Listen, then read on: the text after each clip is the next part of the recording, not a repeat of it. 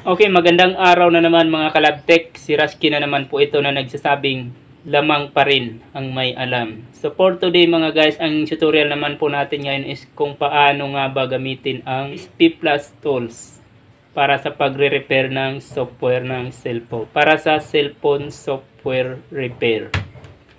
So, yan ang ating tutorial for today mga kalabtek. So, wala nang intro-intro pa kaya sisimulan na natin mga kalabtek.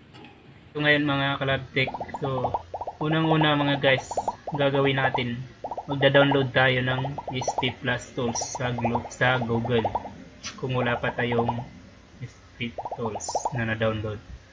So dahil ako ay may na-download ng mga kalabtek, hindi na ako magda-download pa ngayon. So punta lang ako doon sa na-download ko na SP Plus Tools. Ito siya mga kalabtek. So open lang natin ito kasi naka WinRAR pa ito siya mga guys. Ayan. So kailangan pa natin itong i-extract. So, mga guys. Ayan.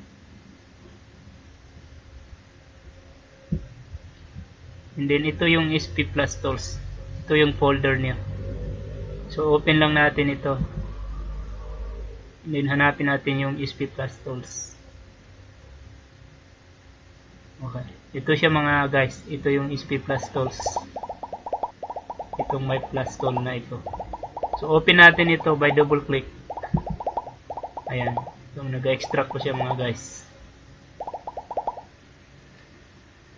Ayan. Okay. So ito yung itsura ng SP Plus Tools mga guys. So, paano nga ba ito ginagamit para makareprogram tayo ng cellphone? So, dito sa may scatter loading file, mga guys, kung nakikita nyo, pag magre-reprogram kayo, dito nyo ilalagay yung firmware ng cellphone na i-reprogram nyo. So, ang gagawin nyo is, open nyo lang itong choose. I-click nyo lang ito. Ayan. Ganyan. So, hanapin nyo guys kung saan nyo nalagay na folder yung firmware na gagamitin nyo. Halimbawa, ang gagamitin natin mga guys is, or ang i-reprogram natin na cellphone is Astro 2S. Ayan, so, ito yung i-click natin mga guys, itong MT6580 Android Scatter. Ito yung kailangan natin i-load doon sa file. Or doon sa blank dito. So ito yung kailangan natin i-load. So click lang natin na yung isang beses and then open natin mga guys. Ayan. So nandito na yung mga files mga guys. So ngayon ready na ito siya para magre-program tayo ng cellphone kung sakaling mayroon tayong i-reprogram na cellphone. So ang gagawin lang natin mga guys is i-click lang natin muna itong download pag ganyan. And then saksak na natin yung cellphone na naka-off. Kailangan naka-off yung cellphone natin. At dapat na rin mga guys walang diferensya yung kanyang saksakanan. Kasi kapag may diferensya yung charging port ng cellphone natin, hindi siya madidetect. So dahil wala tayong masampulan ngayon na cellphone mga guys, click natin itong stop. Stop natin. So dito naman sa format mga guys.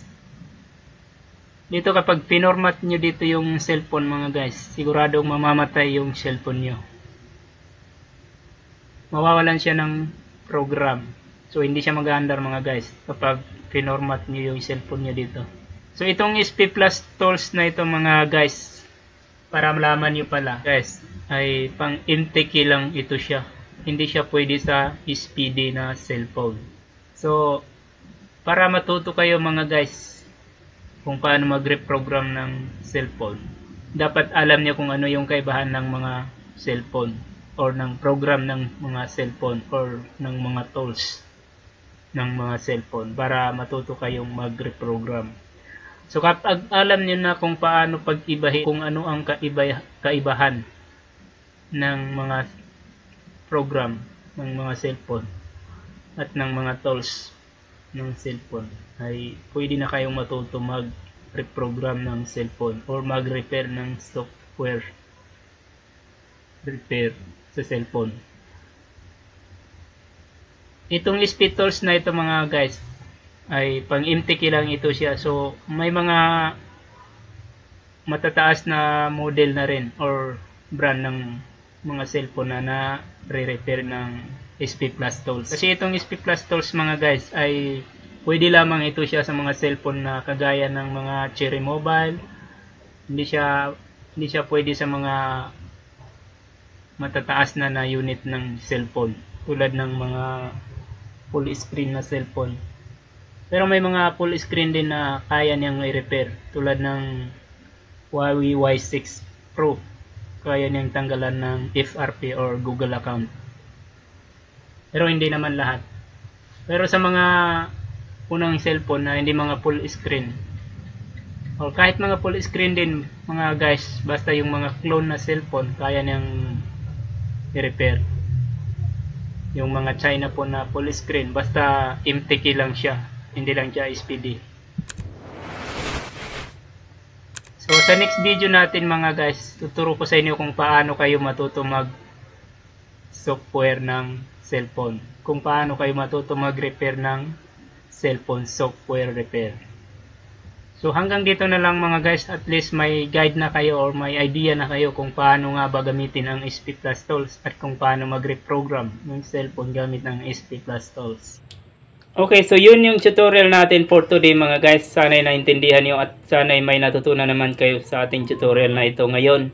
At kung nagustuhan mo ang video na ito, Kalabtech, sana'y huwag mong kalimutang i-like. At kung hindi ka pa nakasubscribe sa channel na ito, huwag kalimutang mag-subscribe at pindutin ang notification bell para lagi kang updated sa mga bago pang video na ating i-upload. Maraming salamat.